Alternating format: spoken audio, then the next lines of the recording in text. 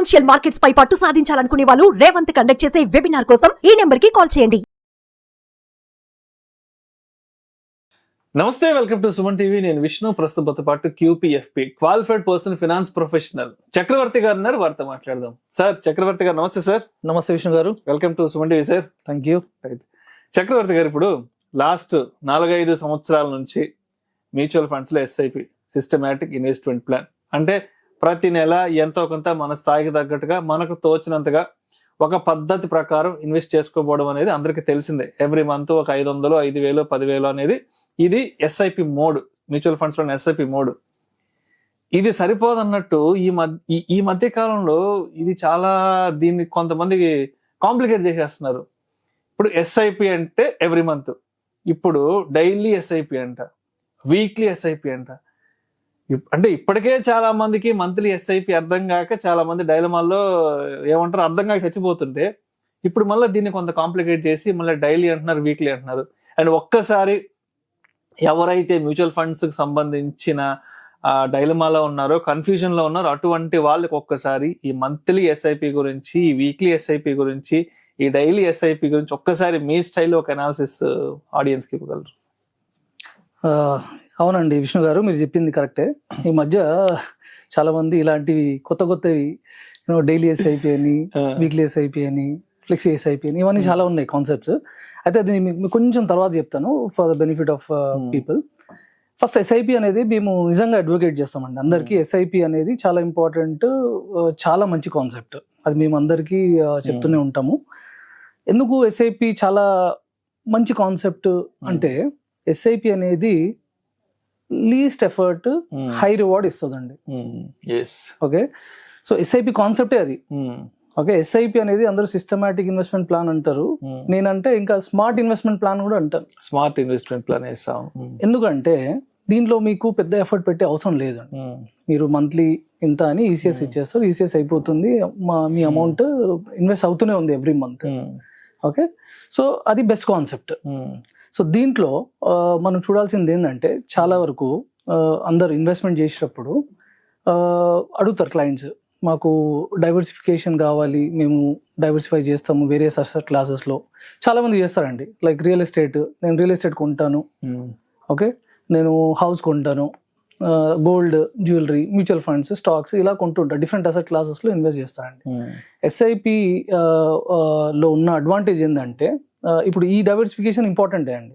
ఈ అన్ని asset classes invest చేయడం చాలా మంచిది. ఎందుకంటే డౌన్ టర్న్ లో ఇవన్నీ ప్రొటెక్ట్ చేస్తాయి. అంటే ఒకటే అసెట్ క్లాస్ ఉండకపోవడం చాలా మంచిది. నెగటివ్ కోరిలేషన్ లో ఉంటాయి కాబట్టి మంచిది. ఎస్ఐపితో ఉన్న అడ్వాంటేజ్ ఏంటంటే, చాలా మంది మీకు చెప్పిన అడ్వాంటేజ్ ఏంటంటే diversification across time. Okay, diversification across assets is ఒకటి. ఇక్కడ ఏంటంటే మనకు మంత్లీ టైం, ఒక లాస్ట్ 5-10 years చూసుకుంటే మనం ఎవ్రీ మంత్ మార్కెట్ ఎలా ఉన్నా మనము పార్టిసిపేట్ చేస్తున్నాము. అది చాలా ఇంపార్టెంట్. అందుకే ఎస్ఐపి అనేది చాలా ఇంపార్టెంట్, మంచి కాన్సెప్ట్. ఇప్పుడు మనం మీ పాయింట్ కోసం అండి, ఏదైతే ఉందో ఈ ఎస్ఐపి ఇంత సింపుల్ ఉంది. సో ఎస్ఐపిలో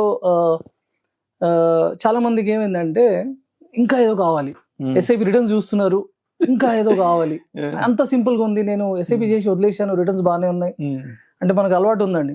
ఏంటంటే చాలా కష్టపడి డబ్బులు సంపాదించాలా అన్న మైండ్ సెట్ ఉంది. దీంట్లో అట్లాంటిది ఏం లేదు, అవసరం లేదు. ఎస్ఐపి అనేది సింపుల్ ఇన్వెస్ట్మెంట్ ప్లాన్. దాన్ని మనం కాంప్లికేట్ చేస్తాం. దాన్ని ఎలా చేసేసారంటే, ఇక్కడ ఇంకా ఏదో మనం మిస్ అయిపోతున్నాము, మనకి తెలియంది ఇంకా ఏదో ఒక విషయం ఉంది ఇక్కడ, దాన్ని కూడా బయటకు లాగాలి, కొంచెం ఇంకా కష్టపడాలి అని చెప్పి ఈ మధ్య దాని మీద రీసెర్చ్ చేయడము. ఇది ఎస్ఐపి చేస్తే బాగానే ఉంది, మంచి రిటర్న్స్ వస్తున్నాయి, కానీ దీనికి నేను మంత్లీ కన్నా వీక్లీ చేస్తే నేను మార్కెట్ లో ఇంకా ఎక్కువ పార్టిసిపేట్ చేస్తాను, మంచి రిటర్న్స్ వస్తాయేమో అని అదొకటి ఉంది. ఎక్కువ యూనిట్స్ అలకేట్ అవుతాయి. అది కాకుండా అక్కడ కాకుండా డైలీ చేసుకుంటే ఇంకా బాగుంటుంది. డైలీ ఒక 100 రూపాయలు, 200, 300 డైలీ ఏదో పెడితే నాకు ఇంకా రిటర్న్స్ బాగా వస్తాయేమో అని ఆ అపోలో ఉన్నాయండి. కానీ డేటా మీరు చూస్తే, మీరు డైలీ ఎస్ఐపి చేసినా, వీక్లీ ఎస్ఐపి చేసినా, మంత్లీ ఎస్ఐపి చేసినా మీకు వచ్చే డిఫరెన్స్ 0.1% కూడా లేదండి. 0.1% పెద్ద అద్భుతాలు ఏం జరగట్లేదు. లాస్ట్ 20 years డేటా మీకు చూపిస్తాను. లాస్ట్ 20 years లో మీకు వర్కౌట్ అయింది. ఫర్ ఎగ్జాంపుల్ డైలీ చేస్తే 13.75%, మంత్లీ బ్యాక్ టెస్టింగ్ చేస్తే మంత్లీ చేస్తే 13.73%, వీక్లీ చేస్తే 13.60%. So hardly any difference. ఈ డిఫరెన్స్ కోసము మనం అంత కష్టపడి దాన్ని రీసెర్చ్ చేసి ఫండ్స్ అన్ని అలాగోలం చేస్తామండి. ట్రాన్సాక్షన్స్ చాలా ఎక్కువ అయిపోతాయి. సో అది అవాయిడ్ చేయాలి. ఎస్ఐపి, సింపుల్ ఎస్ఐపియే బెస్ట్. జనాలకి సంపాదన ఎక్కువ అయిపోయే కొద్దీ ఈ డబ్బులు ఇంకా ఏదైనా రొటేషన్ చేయాలా, తీసుకెళ్ళి ఇంకా ఎక్కడైనా పెట్టాలి. అవునండి, అలా కాంప్లికేట్ చేస్తున్నారు. అసలు అవసరం లేదు. సింపుల్ గా మంత్లీ ఎస్ఐపి పెట్టుకుంటే మీ రిటర్న్స్ అలానే ఉంటాయి. దీన్ని కాంప్లికేట్ చేసుకునే అవసరం లేదు. ఇంకోటి ఏమవుతుందంటే చాలా మంది నేను డిస్కౌంట్ నాకు క్లయింట్ చెప్తారండి, మార్కెట్స్ పడ్డాయి, నేను కొంచెం డిస్కౌంట్ చేస్తాను, ఫాలో ఉంది, కొంచెం ఆపుతానండి, తర్వాత మళ్ళీ స్టార్ట్ చేస్తాను, మార్కెట్ పడినప్పుడు మళ్ళీ స్టార్ట్ చేస్తాను. ఇలాంటివి కొంచెం ఎక్కువ ఇన్వాల్వ్ అయిపోతారు మార్కెట్లో. యాక్చువల్లీ ఎస్ఐపిలో అవన్నీ అవసరం లేదండి. ఎస్ఐపి మనం చేసేదే రూపీ కాస్ట్ యావరేజింగ్ కోసం. ఓకే, వీళ్ళు వచ్చేసి చాలా మంది నేను తర్వాత స్టార్ట్ చేసిన మార్కెట్, ఇవన్నీ కాన్సెప్ట్స్ దాన్ని మళ్ళీ కాంప్లికేట్ చేస్తున్నారు, టైమింగ్ చేస్తున్నారు. టైమింగ్ అనేది ప్రాక్టికలీ పాసిబుల్ కాదండి. మీరు ఎంత చూసినా మార్కెట్ పడేటప్పుడు చాలా మంది క్లయింట్స్ తెలుసు. ఇప్పుడు కూడా కొంతమంది క్లయింట్స్ కరోనా అప్పుడు లేదు మార్కెట్ ఇంకా పడతాయి అని ఒక లెవెల్ కోసం వాళ్ళ మైండ్లో ఒక లెవెల్ పెట్టుకుంటారు. నిఫ్టీ ఈ లెవెల్ వస్తేనే తీసుకుంటాను. ఇప్పుడు ఆ లెవెల్కి ఎప్పుడు రాదండి, మార్కెట్ అయిపోయింది. ఇంకా దాన్ని వెయిట్ చేస్తారు. ఇప్పుడు నిఫ్టీ పడినా కానీ ఇంకో 2,000 పాయింట్స్ పడితే తీసుకుంటా అని. సో అలాంటి వాళ్ళు ఆ బయాసెస్ అలాంటి బయాసెస్ లో ఉంటారు. అది ఎప్పటికీ ఇన్వెస్ట్మెంట్ రాదు. So you miss the market moment. మీరు చూస్తే కరోనా తర్వాత చాలా మంది ఎగ్జిట్ అయ్యారు, మళ్ళీ ఎంటర్ అవుదామని. చాలా మంది ఎంటర్ కాలేకపోయారు. కానీ 2-3 months తర్వాత చూస్తే, క్రైసిస్ తర్వాత చూస్తే ఎవరైతే స్టేట్ ఇన్వెస్టెడ్ ఉన్నారో దే ఆల్ బెనిఫిటెడ్. సో ఇక్కడ మనం మాట్లాడాల్సింది ఇంకో కాన్సెప్ట్ అండి. చాలా మంది అదే మార్కెట్ టైమింగ్ గురించి ట్రై చేస్తారు. ఇప్పుడు దీంట్లో కొంచెం డేటా కూడా చెప్తానండి. ఒక సినారియో, బెస్ట్ మార్కెట్ టైమర్ ఉన్నాడండి. అంటే నాకు తెలుసు మార్కెట్ టైమింగ్ బెస్ట్, ఈ టైంలోనే చేయాలి అంటే ఆయన ఒక 5 బెస్ట్ టైమింగ్స్ పట్టుకుని ఉంటే, ఓకే, ఒక 1 lakh ఇన్వెస్ట్ చేసి ఉంటే ఆ టైంలలో. ఫర్ ఎగ్జాంపుల్ 2008 ఒక క్రైసిస్ ఉంది, 2010 ఒక క్రైసిస్ ఉంది, 2015 అలా క్రైసిస్ ఉంటేనే ఉంటాయి.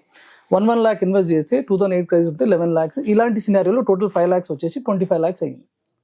ఓకే, ఇంకో సినారియో, సెకండ్ సినారియో ఏంటంటే వర్స్ట్ మార్కెట్ టైమర్ ఉన్నాడండి.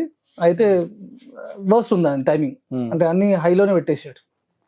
అలాంటి పర్సన్ది కూడా అరౌండ్ 14 lakh చేంజ్ ఉంది. అంటే లాస్ట్ 20 yearsలో, ఓకే, 15-20 yearsలో పెద్ద డిఫరెన్స్ అనేది ఏం లేదు దీంట్లో.